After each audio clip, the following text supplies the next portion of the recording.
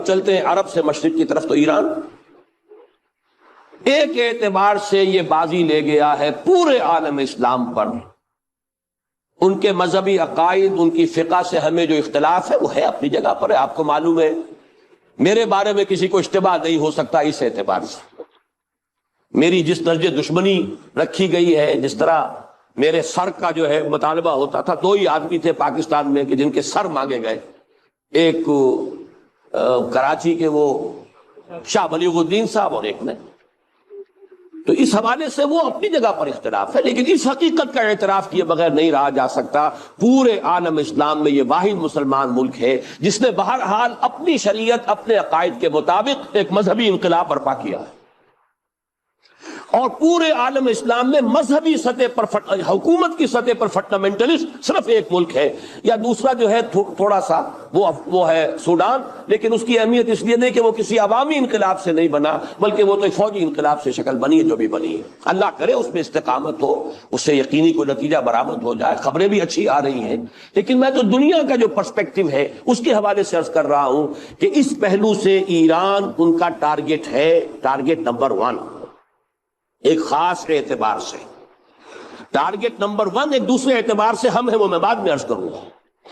چونکہ حکومت کی سطح پر فنڈامنٹلزم ہے اور وہ آیا ہے ایک عوامی انقلاب کے نتیجے میں، پھر ان کے پاس تیل کی دولت ہے، اس کے خلاف اکنامک سینکشنز بھی ہو جائیں تو اگر لیبیا کھڑا ہو سکتا ہے تو بہرحال وہ بھی کھڑا ہو سکتا ہے، اور نقشہ وہ دنیا کو دکھا چکا ہے کہ لڑا دے ممولے کو شہباز، یہ نقشہ بھی اس نے دکھا دیا ہے۔ یہ ہے ایران کا معاملہ۔ نمبر 2 پاکستان۔ پاکستان 400 برس کی تجدیدی مساعی کا امین ہے، امانت دار ہے۔ پورے ہندوستان میں مجدد الفسانی رحمت اللہ علیہ، شاہ ولی اللہ دہلوی رحمت اللہ علیہ، سید احمد بریلوی رحمت اللہ علیہ، ان کا جہاد، پھر اس 20ویں صدی عیسوی میں یا 14ویں صدی ہجری میں علامہ اقبال جیسا مفکر، مولانا مودودی جیسا مصنف، مولانا الیاس جیسا مبلغ، شیخ الہند جیسا مجاہد حریت، پورے عالم اسلام میں ان کا پیرلل کوئی موجود نہیں۔ یہ 400 سال کی تاریخ ہے، اس کی امانت، اور اس کے نتیجے میں یہاں کے مڈل کلاس میں فنڈامنٹلزم کا ایک نیوکلیس ہے، اگرچہ حکومت کی سطح پر کوئی پیش رفت نہیں ہو سکی آج تک، بلکہ اب تو پسپائی ہو رہی ہے، اب پیچھے ہٹ رہے ہیں۔ وہ ہمارے ان سیاسی جو بھی زعماء ہیں، جو جماعتیں ہیں، ان کی غلطی اور الیکشن ہی کو واحد میدان بنا کر اس کے اندر اپنا سارا وقت و توانائیاں اور قوتیں ضائع کر دینا، یہ ہے در حقیقت جس کا کہ یہ صدا مل رہی ہے کہ اس اعتبار سے تو پسپائی کی طرف ہے معاملہ، کسی پیش رفت کی طرف نہیں ہے۔ لیکن باہر والے تو دیکھتے ہیں نا کہ اندر کیا کچھ مواد موجود ہے۔ اگر مڈل کلاس میں وہ فنڈامنٹلزم کا بارود موجود ہے تو کسی بھی وقت اس کے اندر جو ہے وہ کوئی دھماکہ ہو سکتا ہے۔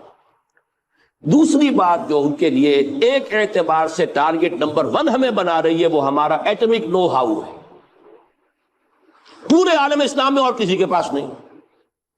اسلامی بم اگر بنے گا تو یہی بنے گا۔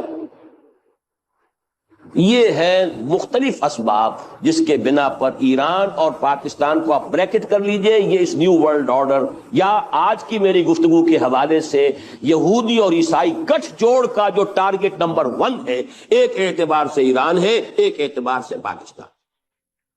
ان میں سے نمبر 1 ایران ہے۔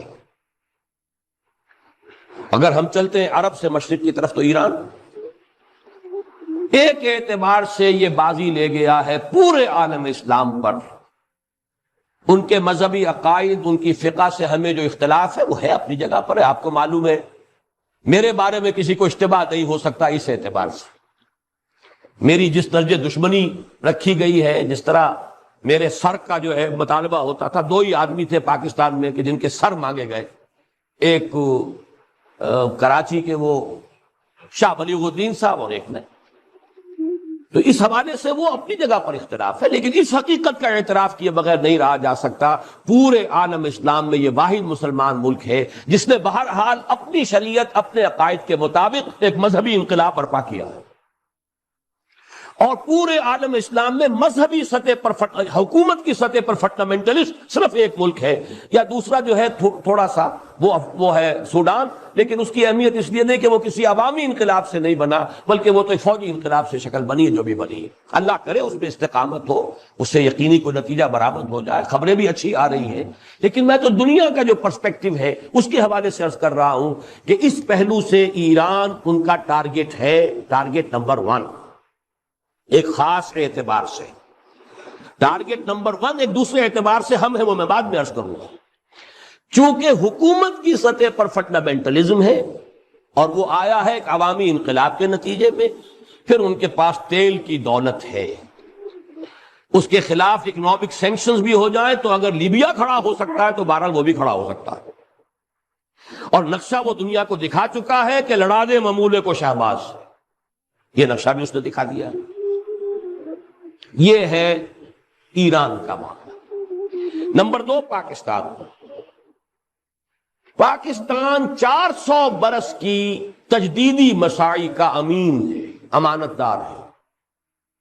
پورے ہندوستان میں مجدد الفسانی رحمت اللہ علیہ، شاہ ولی اللہ دہلوی رحمت اللہ علیہ، سید احمد بریلوی رحمت اللہ علیہ، ان کا جہاد، پھر اس 20ویں صدی عیسوی میں یا 14ویں صدی ہجری میں علامہ اقبال جیسا مفکر، مولانا مودودی جیسا مصنف، مولانا الیاس جیسا مبلغ، شیخ الہند جیسا مجاہد حریت، پورے عالم اسلام میں ان کا پیرلل کوئی موجود نہیں۔ یہ 400 سال کی تاریخ ہے، اس کی امانت اور اس کے نتیجے میں یہاں کے مڈل کلاس میں فنڈامنٹلزم کا ایک نیوکلیس ہے، اگرچہ حکومت کی سطح پر کوئی پیش رفت نہیں ہو سکی آج تک، بلکہ اب تو پسپائی ہو رہی ہے، اب پیچھے ہٹ رہے ہیں۔ وہ ہمارے ان سیاسی جو بھی زعماء ہیں، جو جماعتیں ہیں، ان کی غلطی اور الیکشن ہی کو واحد میدان بنا کر اس کے اندر اپنا سارا وقت اور توانائی اور قوتیں ضائع کر دینا، یہ ہے در حقیقت جس کا کہ یہ صدا مل رہی ہے کہ اس اعتبار سے تو پسپائی کی طرف ہے معاملہ، کسی پیش رفت کی طرف نہیں ہے۔ لیکن باہر والے تو دیکھتے ہیں نا کہ اندر کیا کچھ مواد موجود ہے۔ اگر مڈل کلاس میں وہ فنڈامنٹلزم کا بارود موجود ہے تو کسی بھی وقت اس کے اندر جو ہے وہ کوئی دھماکہ ہو سکتا ہے۔